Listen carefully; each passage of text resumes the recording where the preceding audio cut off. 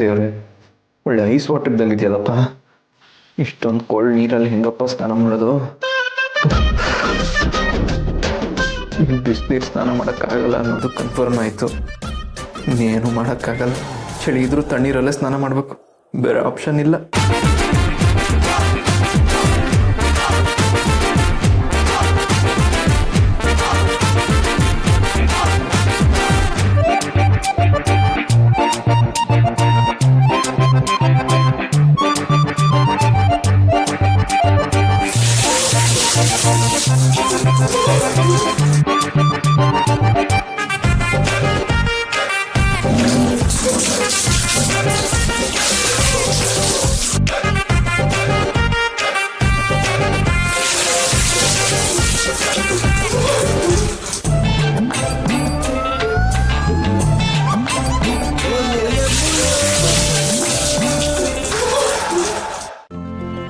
ಇಂದೇ ಡೌನ್ಲೋಡ್ ಮಾಡಿ ಮತ್ತು ನಿಮ್ಮ ನೆಚ್ಚಿನ ಶೋಗಳನ್ನು ಆನಂದಿಸಿ.